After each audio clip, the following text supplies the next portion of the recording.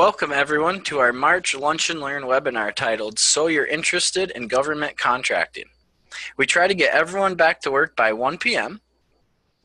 Just a reminder for those of you that have just joined us, there's a Q&A box for you to submit questions throughout the presentation. Laura Perry from Clarkson will be relaying those questions to myself and Amber throughout the presentation. Also in your Q&A box, you will see a link to a feedback form. We strongly encourage you to fill that out after the webinar. Please note that this webinar is being recorded and will be available to all members through our online member center at slcchamber.org. I want to thank Clarkson University for hosting the webinar and assisting with this initiative for members. And thank St. Lawrence University for being a sponsor of this educational series.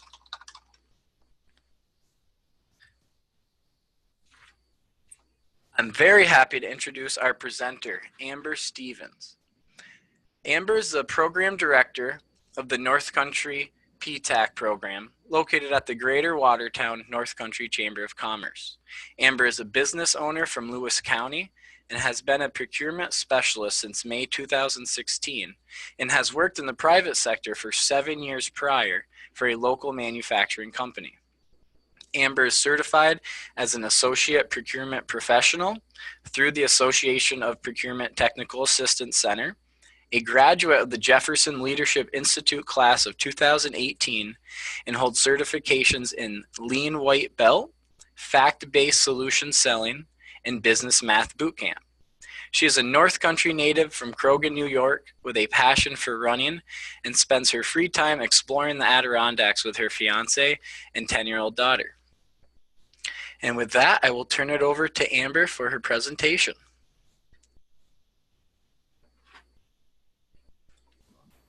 Okay, great. Thank you, Michael. I am just going to share my screen real quick.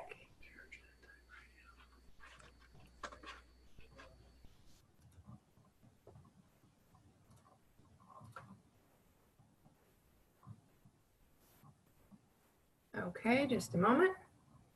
There we go. Good afternoon, everyone. Thank you for being here with me this afternoon and choosing to spend your lunch hour with me. As Michael said, I'm the program director of the North Country Procurement Technical Assistance Center. And our program provides assistance to businesses located in upstate New York, so the northern New York area. I'm going to start out by talking about PTAC and then getting into the nuts and bolts of what we're here to talk about today. So what is a PTAC? And so Procurement Technical Assistance Center is what PTAC stands for. The PTAC program was authorized by Congress in 1985. To date, the PTA program on a national level remains the only government-sponsored program that provides intensive, individually tailored guidance through the federal procurement system. Procurement Technical Assistance Centers, as I mentioned, they were developed by the DoD, Department of Defense, back in 1985 to provide government agencies with a larger pool of vendors to purchase from especially small businesses. So as I mentioned, North Country PTAC covers the North Country region, and that is 11 counties in upstate New York, including St. Lawrence County. So a few examples of PTAC support are listed here, and we help businesses with registration and vendor portals, such as a system for awards management. We help identify contract opportunities, understanding requirements, preparing and submitting bids and proposals, as well as free ongoing one-on-one counseling to help guide businesses along the way. In addition, we offer a bid match service, which is listed here. What that does is notifies your business via email on any opportunities that are posted on the public bid board sites that are out there. And that is a free service as well. We set that up fairly easy. We just use your keywords and your codes. We'll talk about your codes a little later on to set that up, and you will automatically begin receiving notifications on those kinds of opportunities. So it's designed to make your life a little easier. We also, as of January 1, have begun offering a Govology service, and that's touched on briefly here as well, where you as a PTAC client would be able to take advantage of the online training platform that is Govology, offering on-demand webinars and e-courses on basically just about every government contracting topic there is. In addition to that, they do live trainings every month, and those would be available to you as a PTAC client as well. And those I will touch on in more detail a little later on. So just a few more of our services that I've already touched on. We help businesses with their registrations if they do not have them in place yet. Minority women-owned business certification with New York State, small disadvantaged business certifications, SBA certifications, and veteran and service disabled veteran-owned certifications, all of which we will discuss moving forward. So creating your marketing plan, helping you find subcontracting opportunities, and providing you with assistance to find opportunities that do not go to bid are all things that the PTAC program can help you with.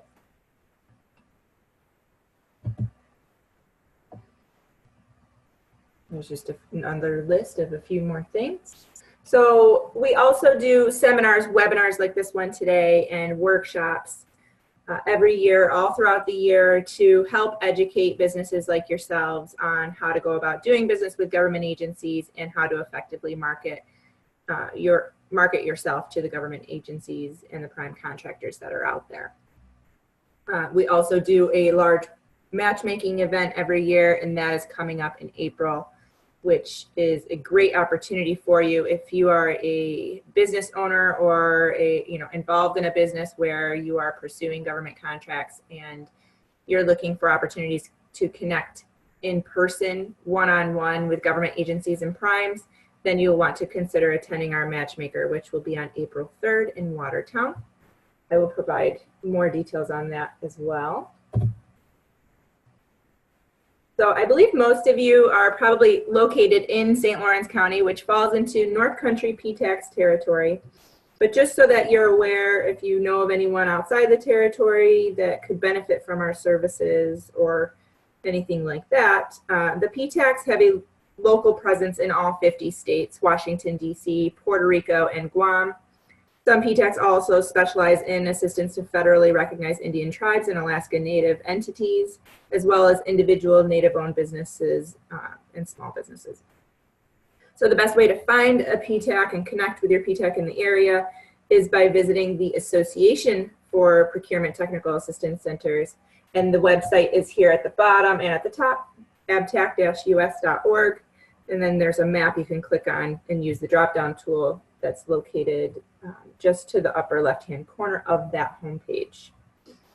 All right, so that is PTAC in a nutshell. Today's topics. Are you ready to sell to the government is what we'll touch on first. We'll move on to codes and registrations, small business programs, and then connecting to opportunities. So let's go ahead and get started. So not all government entities are alike. State agencies, municipalities, and other entities have varying purchasing procedures and/or restrictions.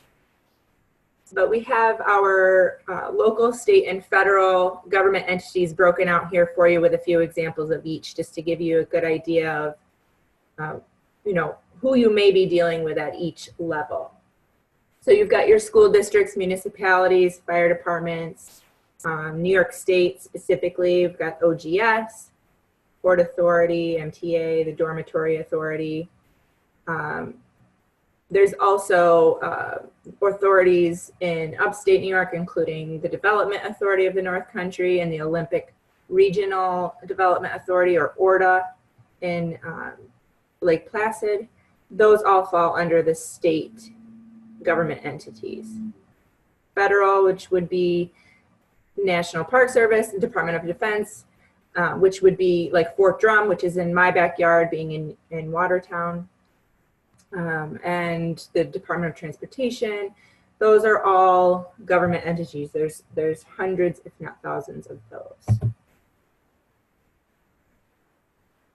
So basically, if you're wondering if the government buys what you sell, whether it's a product or a service, the chances are, yes, they do. The government buys just about everything you can imagine. So we've got a list here of products and services, and you may be surprised what government entities actually buy what you're selling, depending on what it is, of course. And that's something that I can help you with if you're interested in pursuing that and doing some market research to determine what kinds of opportunities there are for you. And so that's one of the things that you will want to do just starting out. If you're new to government contracting and you're wondering if the government even buys what you sell, then that's the route you'll want to take. You will want to determine what kinds of opportunities have been awarded, contracts that have been awarded in the past, and conduct some market research to determine where you should focus your marketing efforts moving forward by pinpointing what government agencies have purchased what you're selling in the past. So you'll want to ask yourself, as a business just starting out in the government marketplace, how long have you been in business? If you're just starting out, you may want to give yourself some time and be in business for at least a year. Some specific certifications require longer terms than that. You'll want to ask, do you have the resources or the personnel to pursue government contracts?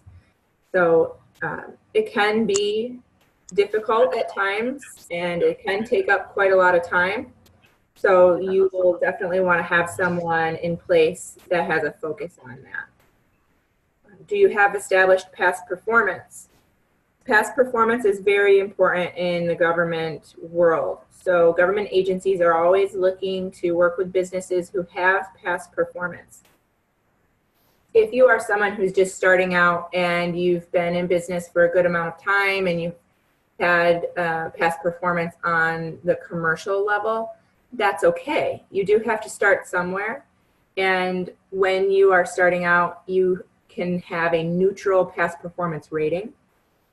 But you definitely want to focus on building up your past performance to help the government realize that they're minimizing their risk with doing business with you as a small business. They're always looking to do that. So does your business have the proper registrations? Is another question that you will want to ask when you're getting started. So selling to the government, are you ready? You will want to ask yourself these questions and definitely proceed with caution. So in order to analyze whether or not your business is ready, you will want to know that the government, as a government contractor, they require you to be able to provide competitive pricing, have tenacity, and the ability to develop relationships. So we talked about past performance. That's the need to establish history and a strong foundation that's tied together. It's important to note that the government cannot save your business. So you'll want to be in a good position when you're starting out. You must be responsive You must be, as a business, responsive and responsible to become a contractor. So are you ready, willing, and able to be a government contractor? You must be reliable, responsive, and responsible. Being responsible is talked about in the FAR, and you're going to see these kinds of clauses.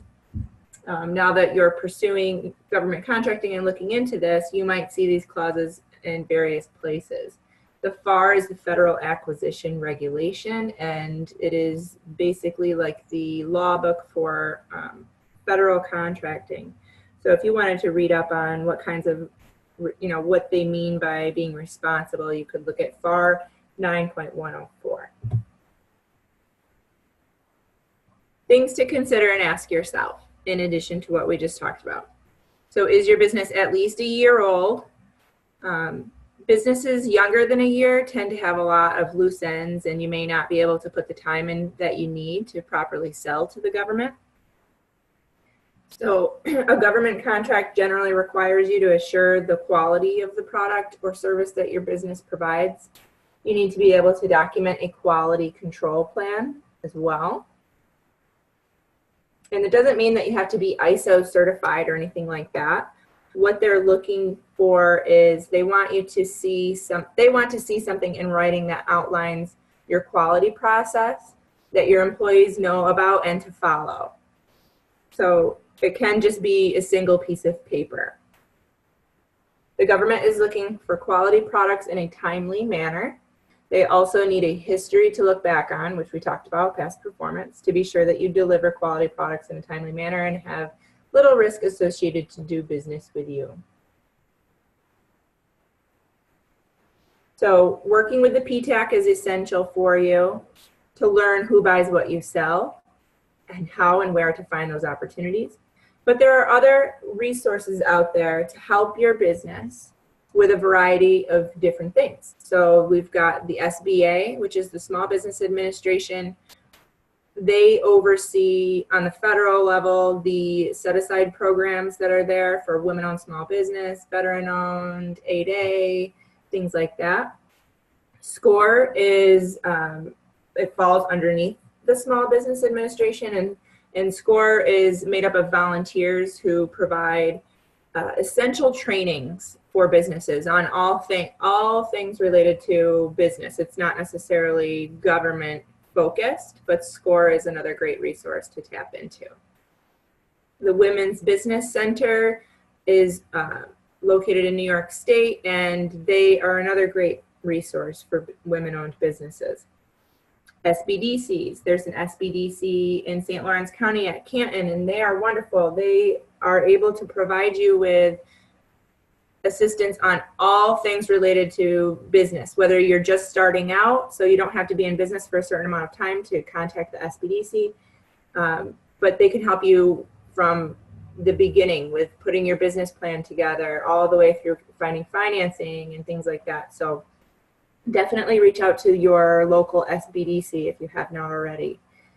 They can help you with things that the PTAC program can't help you with because we're so government focused. We can only help with government related procurement topics. In addition to that, there's the Veteran Business Outreach Centers for our veterans and the Office of Small Business Programs for the military. And that is basically what that looks like is every government agency has a small business liaison or an office of small businesses. We call them OSDBOs here in the PTAC program. And what they do is help you as a business learn how to navigate and do business with their specific government entity. So now that we've covered what you'll want to ask yourself moving forward, you'll want to take action. So the first thing, obviously, we definitely want to talk with you if you are interested in government contracting. So please do reach out to me as your PTAC, or if you are in a different region, reach out to your local PTAC. We want to help you do research for small businesses. So research programs and do some market research to determine where you're going to have success and where you should be focusing your efforts. You will first need to have a DUNS number, and that is something we'll talk about moving forward, and a register in the system for awards management. That's going to help you with federal opportunities. And then you'll want to get certified for any of the programs that you qualify for. So let's talk about each one of those in more detail.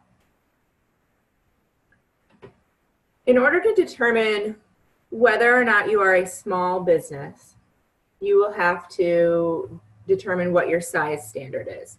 So the size standard is the largest size a firm can be based on a 3-year average revenue and still qualify as a small business to bid on federal government contracts. The Small Business Administration, or SBA, uses the North American Industry Classification System codes, and that is pronounced NAICS. to determine the size standard. So depending on what your NAICS code is, your size standard will be different. All federal solicitations are issued with a NAICS code to classify the type of work required within the solicitation. It is a code comprised of a sector, subsector, title, the size standard in millions of dollars, and in number of employees. So as an example, Sector 54 is professional, scientific, and technical services with a subsector, 541, with the same name, which includes 48 different NAICS along with the size standard for each. There is a chart, and that can be found on the SBA's website, or you can reach out to me and I can help you find that. All companies must determine and select their NAICS as part of their representations and certifications within the system for awards management. So even to move forward, once you have your DUNS number, you have to know what your NAICS codes will be. You can have more than one, but you do have to choose a primary. And the primary NAICS should be the one that you do the majority of your business under.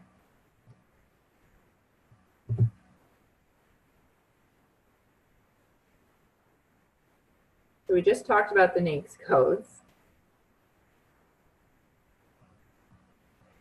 Using your NAICS codes and doing some research on them can also be helpful in researching other contracts and primes in these codes.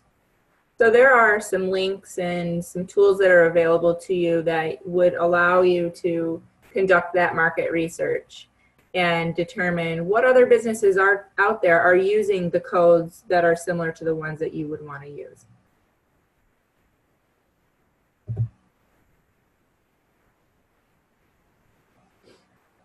So this is just to give you a feel for what it looks like when you go to do the search. There's a variety of resources out there to conduct the search. You can use census.gov, you can use the SBA, but when you go there, you'll see this is what it's going to look like, and it's going to allow you to search for what your NAICS code will be according to keywords. So you can type in keywords and find out what codes are applicable.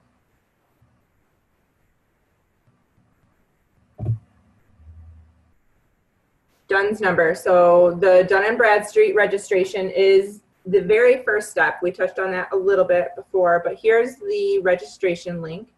And when you go to the site, it's going to look something like this. So it'll be a government I update, and your DUNS number and registering for one should be free. So once you get in contact with Dun & Bradstreet, they'll set you up with that. They're only going to ask you for things like your business name. If you're a sole proprietor and you have a DBA, you'll want to tell them what that is. You'll give them your address, your location, any other locations that you have, your phone number, and that's really about all that they ask for. So it's fairly simple. Once you have a DUNS number, you can begin your SAM registration. Something to note is that your DUNS number, once you have one applied, it's going to be 9 characters long, 9 digits. And the Dun & Bradstreet is going to tell you that you have to wait 24 to 48 hours before the System for Awards Management will recognize your DUNS number or any changes that you make in your DUNS registration. So you'll have to wait, 24 to 48 hours before you can move forward in SAM, but you can at least start the process. So the System for Awards Management is for any interested parties that are interested in doing business on the federal level. So you will have to go through this process. This is free as well, and the website can be found at sam.gov. There have been some recent changes to the process, so for any business that doesn't have a SAM registration yet, it's important to note that you will be redirected to login.gov once you click in the top right corner of the page. This is what it will look like when you go to sam.gov. And the login.gov is just an additional security measure that they have put in place. So you'll have to create a login.gov account, and then it'll take you back to SAM automatically once you've done that. So for anyone that needs assistance with SAM, they can reach out to the PTAC. I tend to help people with their SAM registrations on a daily basis, so that's something I'm pretty familiar with. It's a fairly quick process. It takes about 3 to 5 business days right now. That's what we've been seeing for you to have an active SAM registration. Once you have an active SAM registration, they will assign you a CAGE code. That code is a 5-character code, and that will be your code for the rest of your entity's existence. Once you have started your SAM registration or completed it, and throughout this whole process, you're going to want to have a good understanding of what small business programs are out there and the different certifications and which ones you qualify for. So there's different programs on the federal level than there are on the state level. I've broken them out for you here. So we have the Women-Owned Small Business Program, Service Disabled Veteran-Owned Small Business, Hub Zone, and 8A on the federal side. When you are working in your SAM registration, you will be asked whether or not you qualify for any of these. On the state level, for New York State specifically, there's the Minority-Owned Business Enterprise Program, the Women-Owned Business Enterprise Program, and the Service Disabled Veteran-Owned Business Program, which is fairly new. So MWBE for Minority Women Business, WBE, or SDVOSB.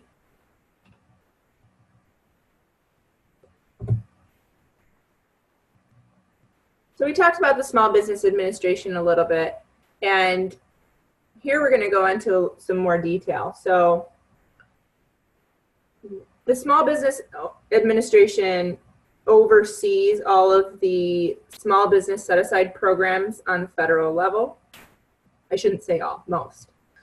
And the way that it works is for a small business, you can self-certify through, what that means is you're going through your SAM registration and you're checking the box that applies to you.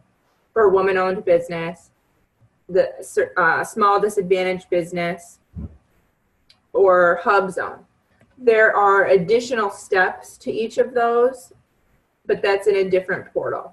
So if you are identifying that you qualify for any of these, if you're a veteran-owned small business, service disabled, in your SAM registration, I'll ask you those questions, and you will have the chance to check those boxes, which is what they refer to as self-certifying.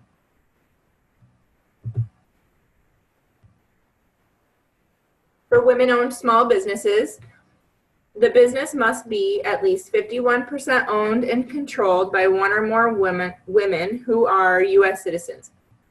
A woman must hold the highest officer position in the business, and the woman or the women must manage the day-to-day operations.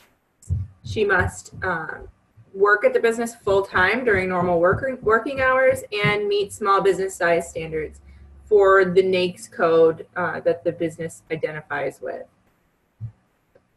To become economically disadvantaged, you must satisfy all the requirements listed above. Must satisfy the requirements that demonstrate economic disadvantage based on the specific NAICS codes, and have a personal net worth less than $750,000. So more information on that can be found in the Code of Federal Regulations. The link is here. And when I said that there's an additional step to the self-certification in a different portal, that is through the SBA's portal, which is certified.sba.gov.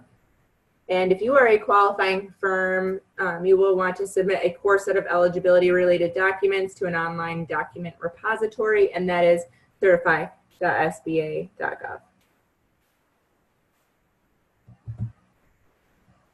So veteran-owned small businesses. If you are a veteran or a service-disabled veteran, you qualify for these programs. So you would self-certify. You must be at least 51% owned by a veteran and controlled.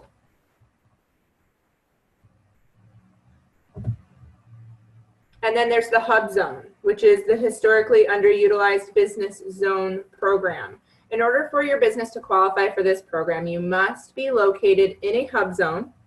There's a hub zone map on the SBA's website, and there's more information that can be found. The link is below. So you must be located within the hub zone, and you must also have at least 35% of your employees living inside a hub zone. So depending on where you are located, you may qualify for this program. The 8A Business Development Program is for any business that is majority owned, 51% or more, and controlled and managed by a socially and economically disadvantaged individual. And then they must also meet all the requirements listed here. They must be a small business. They must have, they must be able to meet these economic thresholds and be economically disadvantaged according to the SBA's regulations. So the net worth must be less than $250,000. The income cannot exceed $250,000 over a 3-year period on average, and the assets cannot exceed $4 million. The 8A program is unique in that the participation is divided into 2 phases over 9 years. And more information on that can be found on the certify.sba.gov website or the portal that's listed here through sba.gov. Oh, I'm sorry, let me go back.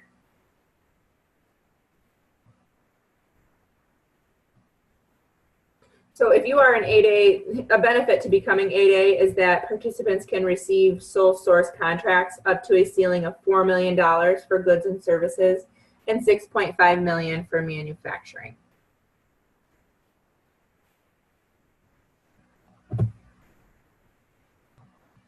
For state certifications, there's the MWBE program that is administered by Empire State Development, and you could be minority or woman or both to qualify for this.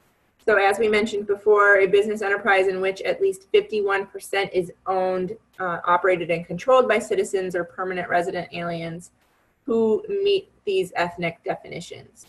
That's for MBE. For WBE, it's a business that is 51% owned, controlled, and operated by residents who are women.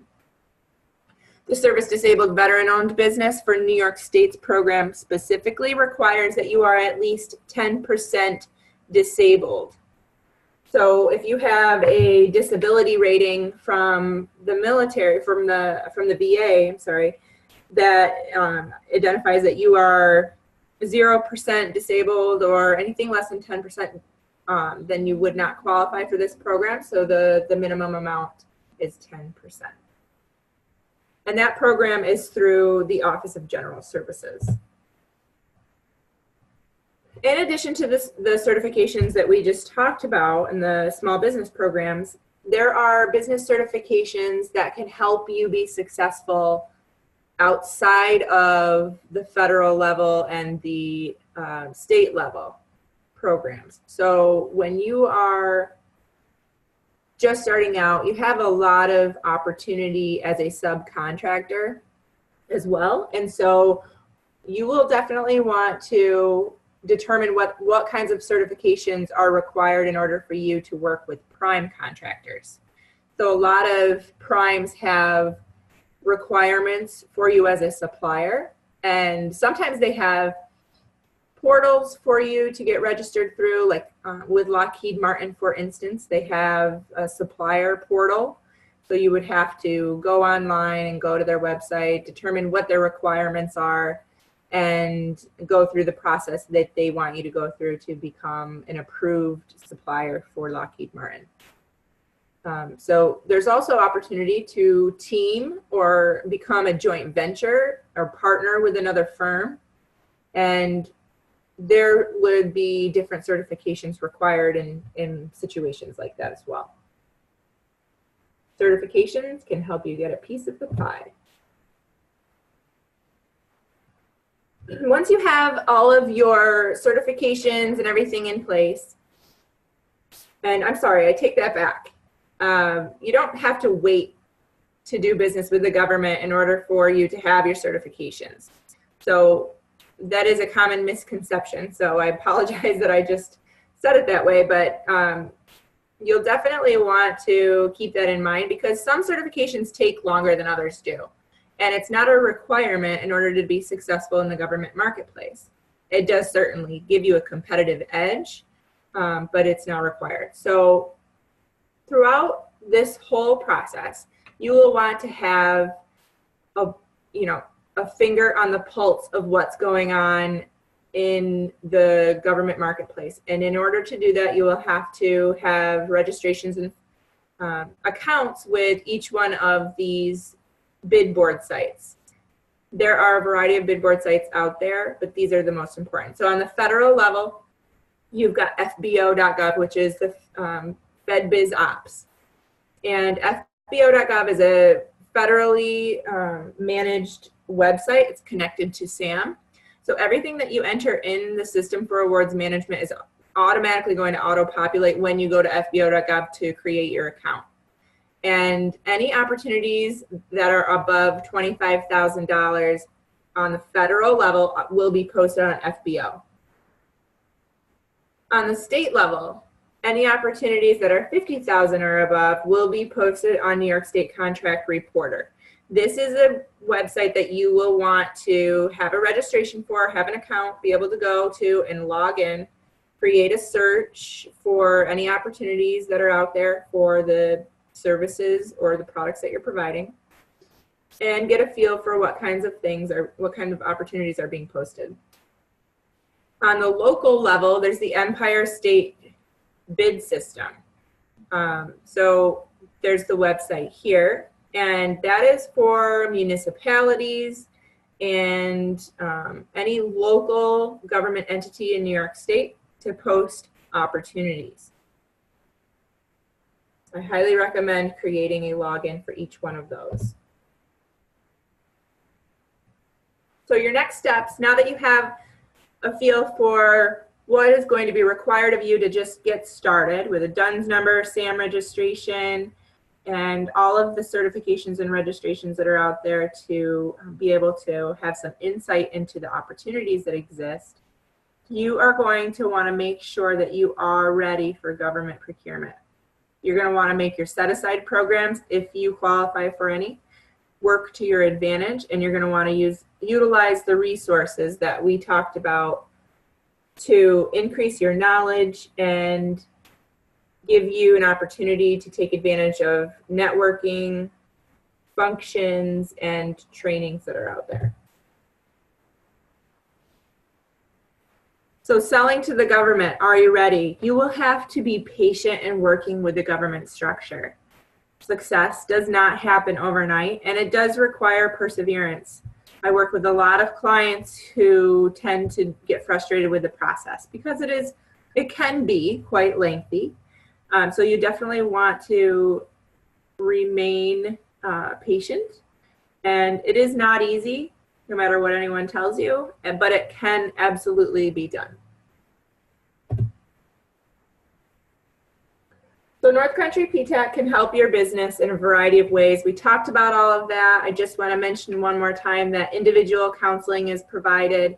We do seminars and webinars all throughout the year. We offer Govology and a bid match service. And so I encourage you to take advantage of what we have to offer if you are not already.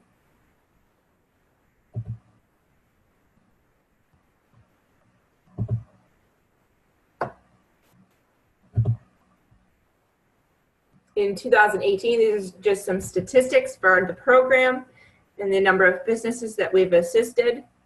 So if you are a business that's in St. Lawrence County, I have been holding meetings at the St. Lawrence County IDA on the last Tuesday of every month, and I would love to have the opportunity to meet with you one-on-one. If you have availability this month, I believe it's the last Tuesday would be the 26th, or the following month. So please do take advantage. I will be in your area, and so hopefully you wouldn't have to travel far to meet with me at the IDA. So I welcome you to reach out to me on that as well. So please do reach out, schedule an appointment. Here's my information. We are on Facebook and LinkedIn.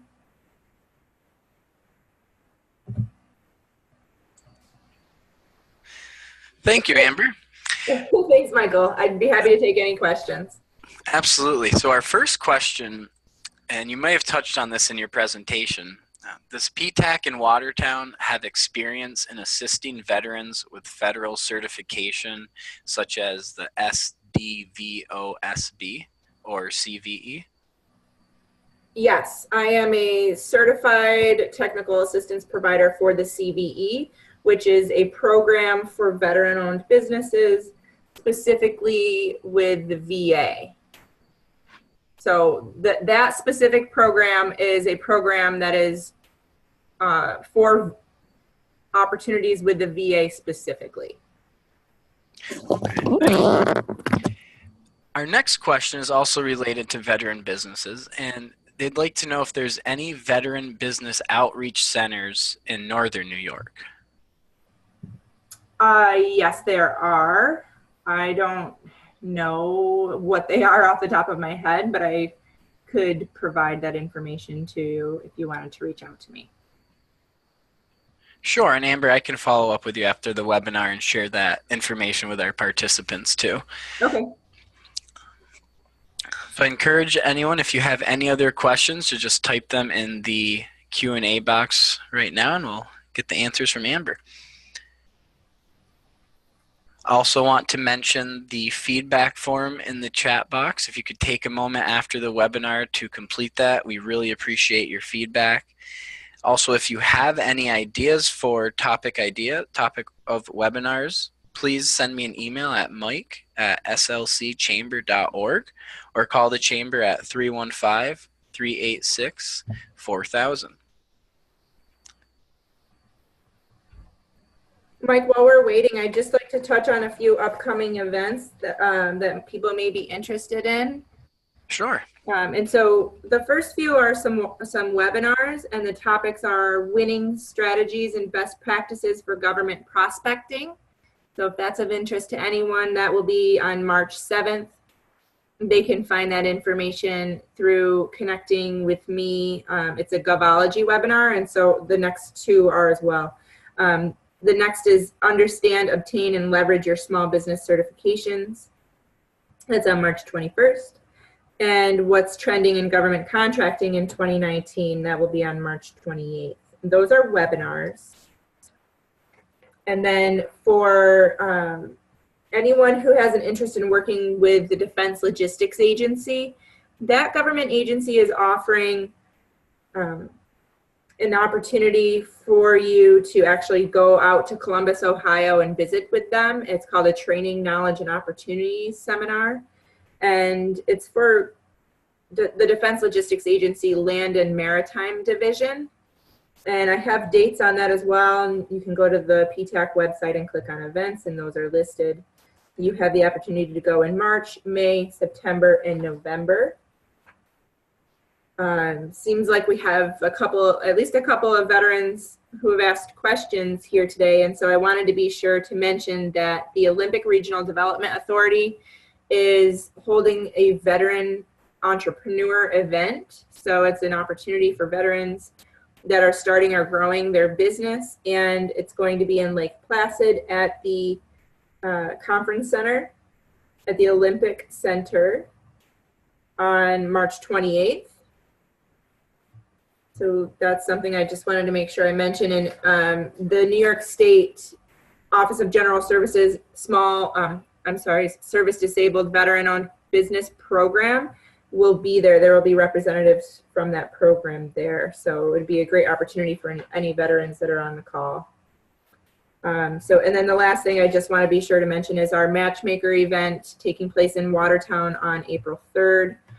We're very excited to be able to add Northrop Grumman and Lockheed Martin, some very high-profile prime contractors, to the list as of recent. And so we're encouraging all manufacturing firms, we're encouraging everyone to come, but especially manufacturers, construction firms, any professional services to come to the matchmaker and take advantage of that opportunity to meet one-on-one with those folks.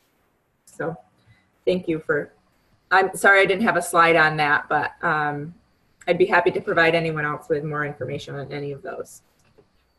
Sounds great. Thank you, Amber. Mm-hmm. And while you were going over the events, we did have another question. Great. If you have a business in another state but have an authority to do business in New York, can you take advantage of these programs? Yes. So it would depend on, you know, if you were a woman-owned business or minority-owned, veteran-owned, but it is possible for an out-of-state firm to qualify for those programs. Okay, great.